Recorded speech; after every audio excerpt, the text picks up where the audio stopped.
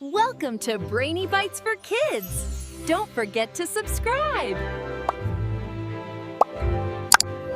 Have you ever seen a science fair volcano go boom? It looks like magic, but it's actually super cool science happening right before your eyes. Let's dive in and uncover how plain old kitchen ingredients can make such a massive, fizzy mess. Meet our two stars, baking soda and vinegar. Baking soda is a powder called a base, and vinegar is a sour liquid called an acid. Usually, they sit quietly in the pantry, but chemically, they are total opposites. In chemistry, when an acid and a base meet, they don't just shake hands, they react. It's like mixing red and blue paint to make purple, but way more explosive.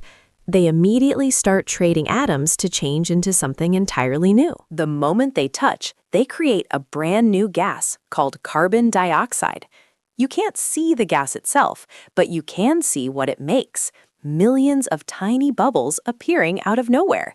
It's like a bubble party starting instantly. That new gas takes up way more space than the liquid or powder did. Imagine trying to stuff a giant inflatable beach ball into a tiny shoebox.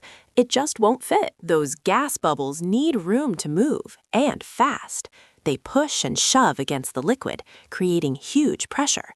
They are desperate to escape the container, rushing upwards like a stampede trying to get out a door. Whoosh!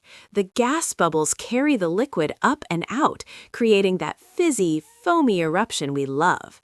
If you add dish soap, it traps the bubbles to make even bigger foam mountains that flow everywhere. That same gas, carbon dioxide, is what makes your soda fizzy and helps cakes rise in the oven. So next time you see a baking soda volcano, remember, it's just millions of gas bubbles making a break for freedom.